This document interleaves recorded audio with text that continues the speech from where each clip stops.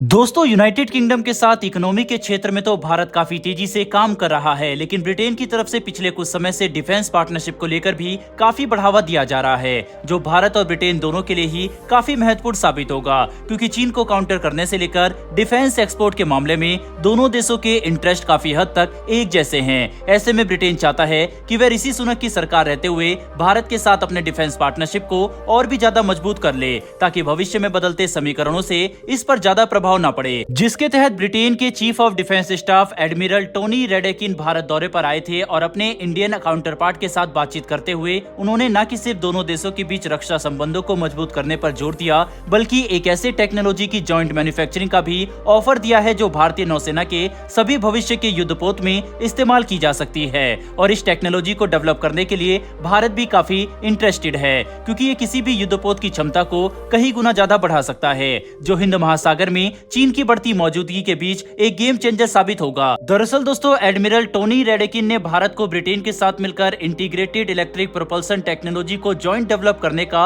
Offer दिया है, जो भारतीय नौसेना अपने भविष्य के लगभग सभी युद्धपोत में इस्तेमाल करना चाहती है। बता दें कि इंटीग्रेटेड इलेक्ट्रिक प्रोपल्सन एक ऐसी टेक्नोलॉजी है जिसके इस्तेमाल से हम ट्रेडिशनल युद्धपोत में डीजल और गैस प्रोपल्सन को इलेक्ट्रिक प्रोपल्सन से रिप्लेस कर सकते हैं, जिसके काफी सारे फायदे हैं। सबसे पहले तो इलेक्ट्रिक प्रोपल्सन डीजल और गैस प्रोपल्सन से तेज और ज्यादा भरोसेमंद होते हैं। साथ ही इलेक्ट्रिक प्रोपल्सन दूसरे सिस्टम के मुकाबले कई प्रतिशत ज्यादा शांत भी होता है। यानी अगर हम अपने युद्धपोत में इलेक्ट्रिक प्रोपल्सन सिस्टम का इस्तेमाल करते हैं तो इससे किसी भी ऑपरेशन के समय हमारे युद्धपोत दूसरे युद्धपोत के मुकाबले काफी कम आवाज करेंगे, जो हमारे लिए काफी बड़ा एडवांटेज साबित हो सकता है। साथ ही इंटीग्रेटेड इलेक्ट्रिक प्रोपल्सन की रिलायबिलिटी भी अपने आप में एक काफी बड़ा फैक्टर है, जिसकी वजह से भारतीय नौसेना इन्हें भविष्य में अपने सभी युद्धपोत में इस्तेमाल करना चाहती है। ऐसे में अब क्योंकि ब्रिटेन ने खुद हमें इन टेक्नोलॉजी को साथ मिलकर डेवलप करने का ऑफर दिया है, इसीलिए भारत ब्रिटेन के ऑफर को काफी गंभीरता से स्टडी करेगा,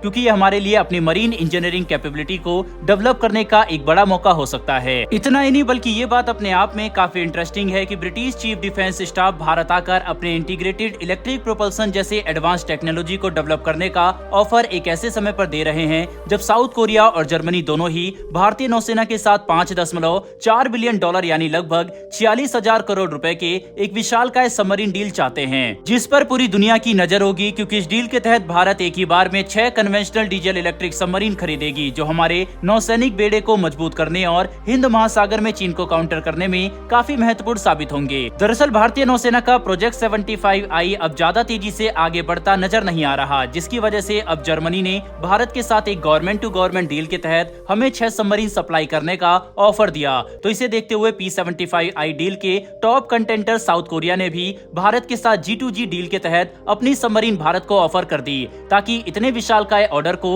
जर्मनी अकेले ना जीत सके। ऐसे में अब ब्रिटेन भी चाहता है कि वह हमारे सबमरीन प्रोग्राम में नहीं तो कम से कम भारतीय नौसेना के साथ मजबूत जॉइंट डेवलपमेंट रिलेशन बनाए, जिसका फायदा उन्हें आगे जाकर अपने जेट इंजन डील में भी हो सकता है, क्योंकि भारत ने अभी भी अपने 5th जनरेशन फाइटर जेट एमका के लिए डेवलप किए जाने वाले 110 किलो न्यूटन क्लास के इंजन का फॉरेन पार्टनर कौन होगा इसका ऐलान नहीं किया है। और रोल्स रॉयस जिस तरह से भारत को 100% transfer of technology, local manufacturing और इंजन की IPR देने के लिए तैयार है, इस बात की संभावना काफी ज्यादा है कि भारत ब्रिटेन को ही अपने फॉरेन पार्टनर के तौर पर चुने। ऐसे में ये बात ब्रिटेन भी समझता है कि भारतीय नौसेना को इंटीग्रेटेड इलेक्ट्रिक प्रोपल्सन जैसी एडवांस टेक्नोलॉजी जॉइंट डेवलपमेंट के तहत ऑफर करके वे अपने जीतने की संभावना को और भी ज्यादा मजबूत कर रहे हैं। कुल मिलाकर समझने की कोशिश करें तो भारत के साथ अपने डिफेंस पार्टनरशिप को मजबूत बनाने के लिए ब्रिटेन एरोस्पेस और मरीन इंजीनियरिंग को चुन रहा है, जिसमें भारत को काफी टेक्नोलॉजी की जरूरत है और भारत इस टेक्नोलॉजी को आने वाले 5 से 10 सालों के अंदर ही हासिल करना चाहता है, ताकि हम अगले 20 सालों में रक्षा के क्षेत्र में ज्यादा से ज्यादा